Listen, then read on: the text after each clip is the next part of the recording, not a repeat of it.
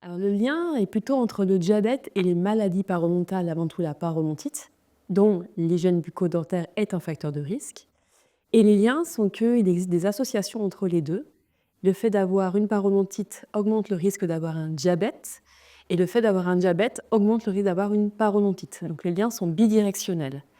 Et les liens sont également importants car traiter la parodontite pourrait, en contrôlant l'inflammation du patient, aider à améliorer la réponse au traitement médicamenteux antidiabétique du patient diabétique. Les solutions sont une prise en charge par le patient par une équipe de soins en odontologie, dépistage bucco-dentaire pour évaluer les maladies et traitement parodontal en accord avec les recommandations européennes de parodontologie, c'est-à-dire comme tout patient, il n'y a pas de spécificité de prise en charge. Tous les patients qui sont diabétiques n'ont pas forcément des parodontites sévères, mais certains patients vont avoir des parodontites sévères avec, au moment par exemple du dépistage de leur diabète, un état bucco-dentaire très délabré avec de nombreuses dents qui sont en infection et en infection terminale.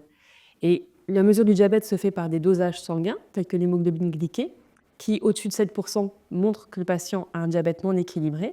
Et ça arrive que lorsqu'on réalise le traitement parodontal, et par exemple l'avulsion des dents qui ne sont pas conservables, les modifications d'hygiène orale, le traitement de détartrage, de surfaçage, on ait des réductions drastiques associées au traitement médicamenteux qui vont vraiment modifier la vie du patient avec des passages d'hémoglobine glyquée largement inférieurs à 8-9% très rapidement.